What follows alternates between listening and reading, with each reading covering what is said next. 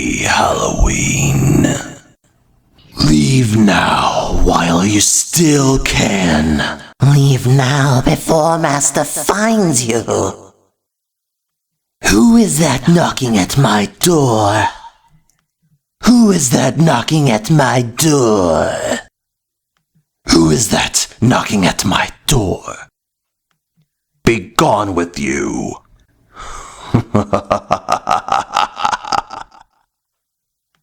Hello everyone, in today's video I'll be talking about Frankenstein created woman.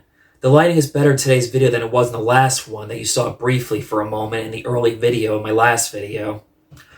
When I first saw this movie, my first mindset was this going to be Hammer's version of The Bride of Frankenstein? But that's not the case right here. I'm glad that Hammer made this thing their own thing. It was nice to see Terence Fisher back as a director. Just like Evil of Frankenstein, that was a reboot, not a follow-up sequel. Hammer originally wanted this movie to be a follow-up sequel to Revenge of Frankenstein, but then Hammer decided, nah, let's just make this a reboot instead. The story was original and something different. Despite Frankenstein died in a fire accident in Evil Frankenstein, and somehow he survived that, no explanation on surviving a fire. When I was rewatching this movie, it reminded me how I forgot this is a good one of the Hammer Frankenstein series. I like this movie a lot more than Evil Frankenstein. Rewatching this movie, I feel like I was watching for the first time, at least in my experience. The story is good, the characters are more interesting, written better than Evil Frankenstein, but I still do like the red-headed mute girl in Evil Frankenstein. Dr. Frankenstein takes a backseat in this movie. He's not in the movie that much, and he's not the main focus. His assistant Hans was the main focus. I'm not sure what Frankenstein's screen time in this movie was. Dr. Frankenstein's assistant, Dr. Hertz, was a bit of a pervert in the second half, when all he could think about was having sex with Christina. And once again, Hammer had to name the assistants Hans again. I guess Hammer really loved that name. Hans is the main focus of the movie. Also, the main characters are Hans and Christina, the real victims of the movie. When Hans was a little boy, he witnessed his father being executed for crimes he committed. What's also interesting about this movie, unlike the previous Hammer Frankenstein movies, Frankenstein wanted to bring back dead bodies to life, reanimate, switch brains, and other body parts. In this, he goes the supernatural route where Frankenstein wants to bring back their souls back. You're probably asking yourself, how does he do this? He uses a satellite dish. I guess Frankenstein wanted to get rid of cable and upgrade to DirecTV. Interesting how they were trying something different, get out of their comfort zone, but this idea could go either way and get a mixed reaction from Hammer fans, or just Frankenstein fans in general. It could also be a little bit of a touchy subject on the souls and our bodies and where we go when we die. In a way, this makes Dr. Frankenstein feel like a sorcerer than a scientist. Also, again, Frankenstein is not very evil in this movie. He's once again more of an anti-hero in this movie. But Dr. Frankenstein was still a bastard when he does not defend Hans at the trial and that he was innocent.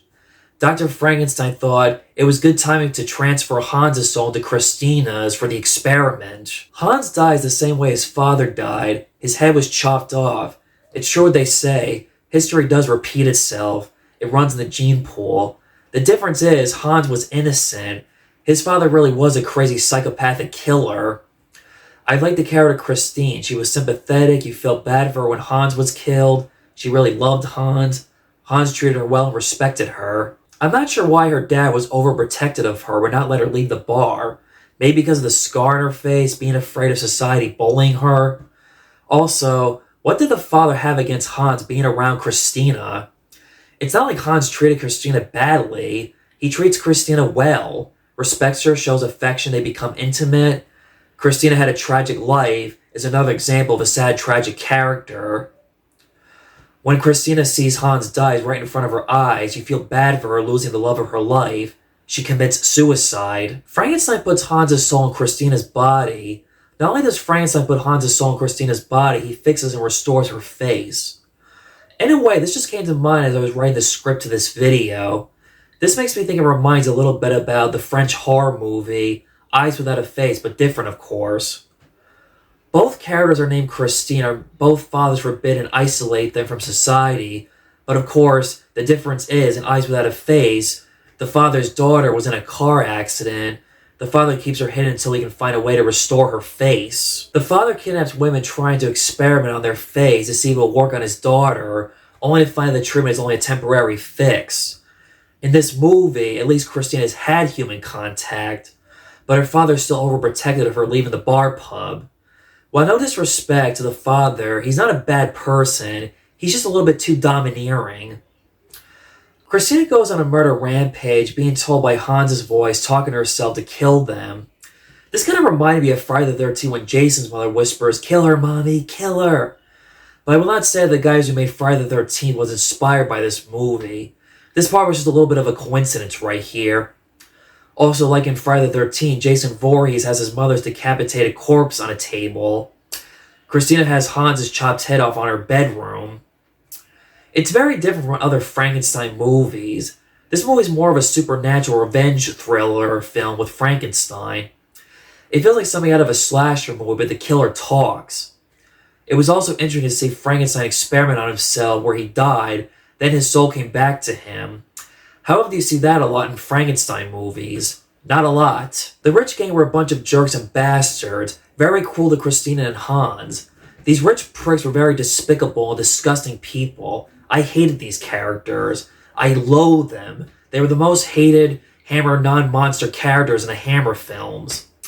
They think because they were rich and loaded, they think they could get away with murder and anything else. You can also point out this is a little bit of a social comedy, how the rich treat the poor. They get what they deserve when Christina murders them, not a loss. In a way, you compare these rich, greedy assholes in today's modern world, where we see this a lot in today's modern society. But again, not saying every rich person is like this.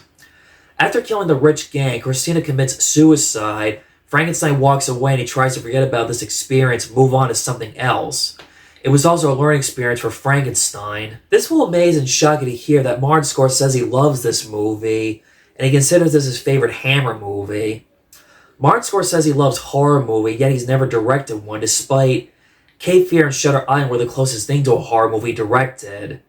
And even Taxi Driver felt like a horror movie in its own way. Whether you like this, find it weird, to me it was a nice change up, something different, unique. Also, it was nice to see Hammer take a risk, have control over this movie compared to Evil of Frankenstein. So that was my review of Frankenstein Created Woman. Tune in tomorrow for Frankenstein Must Be Destroyed. See you tomorrow.